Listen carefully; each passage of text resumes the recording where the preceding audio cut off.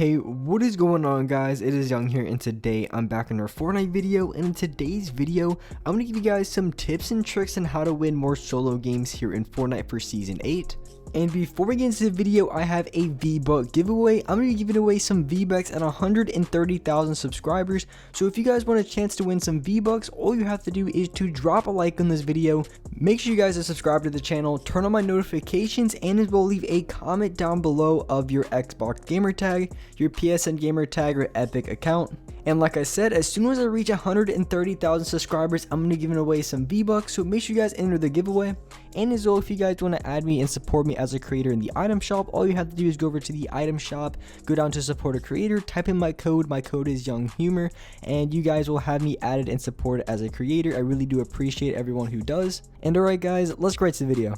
Alright, so in this video, I'm going to give you guys some tips and tricks on how to win more solo games on Fortnite, and I'm going to be talking over this gameplay. I do believe I end up dropping 17 kills, which is a good amount considering the fact that I haven't been playing too many solos. I've been playing a lot more duos and squads, so I wanted to mix it up and drop a solo video for you guys. So I did end up dropping 17 kills in this game, and the crazy thing was I ended up leaving retail with about 9. I was just picking off players left and right, and honestly I think I even lost like 2 kills they got taken from me. So even with that being said, I still end up dropping 9 just in retail. It could have been a 20 kill game, but I think I end up losing some kills towards the end, which I should have had. But when it comes to solos, there's a few reasons in which you guys should be playing more solos, and this goes for me as well. I think one of the main reasons why you guys should be playing more solos is really good for working on mechanics, and as well just having a really good playstyle and a good game sense. And the reason being because in solos, you get to play exactly how you want. You don't have any teammates to rely on or to do anything with. So when you don't have teammates and you play by yourself, and it can even be if your teammates die and it's a solo duo, you have to play by yourself. And with that being said, it is really important to work on your playstyle and to make sure that you're going to be able to win the gunfights that you're going into. So if you are playing in the duos or squad games, trust me, it's going to be so much easier to win gunfights when you have teammates if you guys can consistently win those 1v1s in the solo playlist. And I also do think when you're playing solos, you should work on different types of playstyles. Maybe you play really fast for a few games, then some games you slow it down, play a little bit slower so you have a lot more materials, work on your building and such like that. And for me, I usually play aggressive every single game, but if I want to work on my playing a little bit slower, or even end game, I'm going to be hopping into arena to play a few games in that, just to try to see out my end game and see how that's going to work. So solo scrims and also solo arenas are something that I've been working on a lot personally, because I know I'm not the best at it, and if I want to get really good or even half decent at playing in those type of modes, which I know I think I'm only at like 315 points, I know I could be easily at the high 300s, but I just gotta practice a lot more and make sure I can work on exactly what I need to do, because I'm not the best at end game. So that's something that I can work on and try to improve, and I think it's the best to do so in solos, because you have just yourself to rely on, so you know exactly what you want to do and how you can play. You don't have to worry about communication or your teammate pushing, or maybe you pushing without your teammate, because going 2v1 in a situation in the end game is almost guaranteed to lose, especially when you're going against players who know what they're doing or have good aim.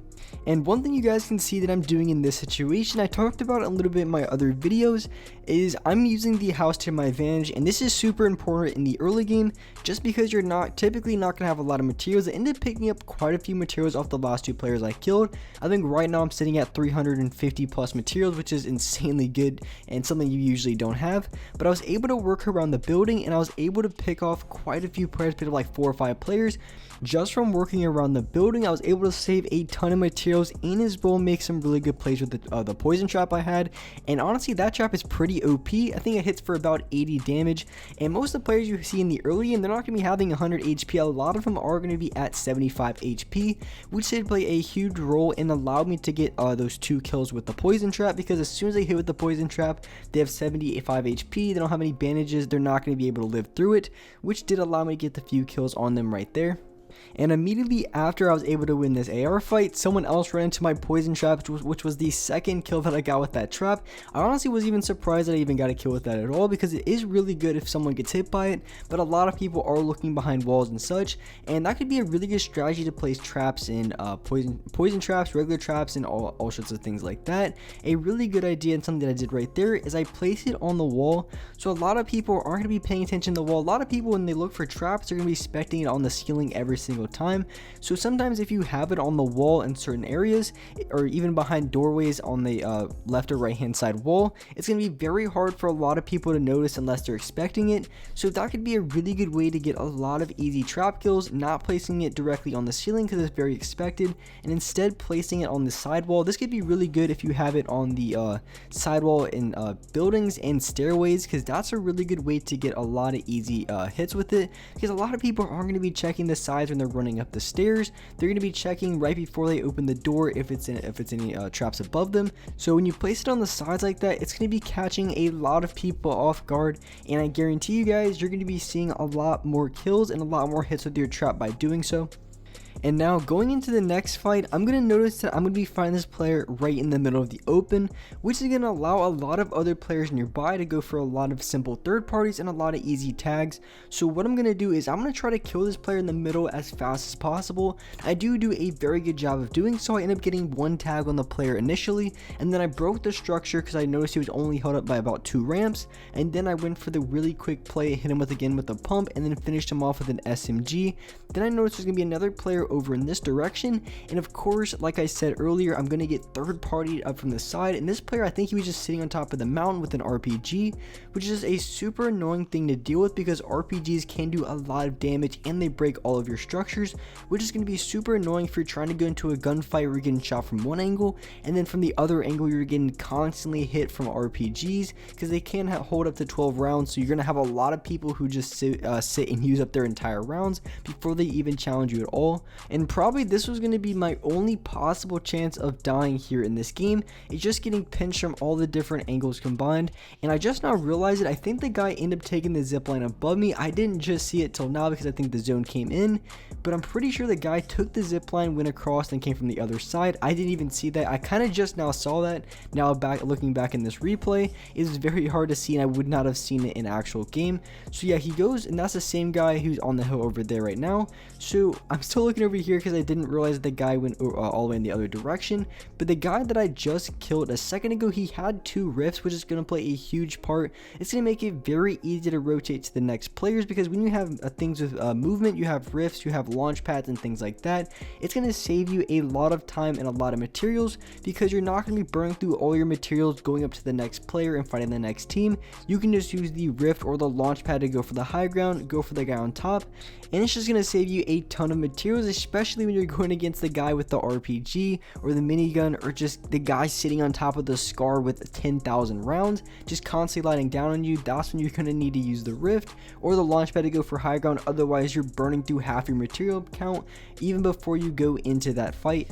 And here in this late game, I am playing a little bit more aggressive, but you do have to be careful. You can play aggressive and also smart at the same time, because I'm going to notice the guy from earlier, he's probably going to be on the top above me, so I have to be careful that he's not going to be looking down and spraying at me while I'm fighting this guy.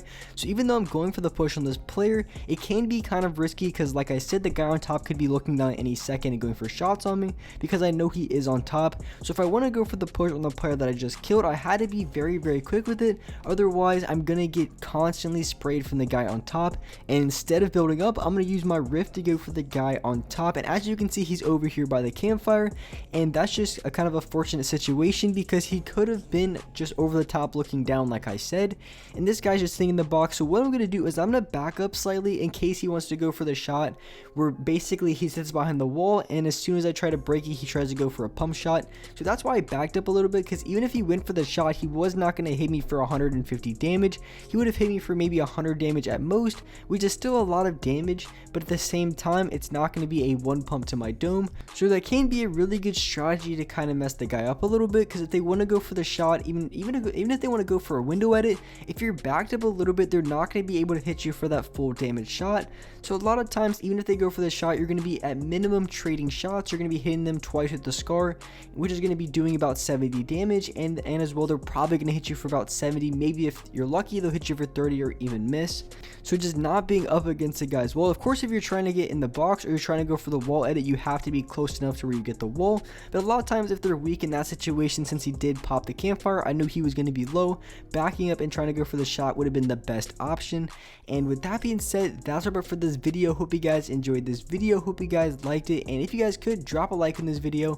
Make sure you guys subscribe to the channel if you haven't already. Turn on my notifications to be notified for every single new video. And alright guys, I'll see you next video.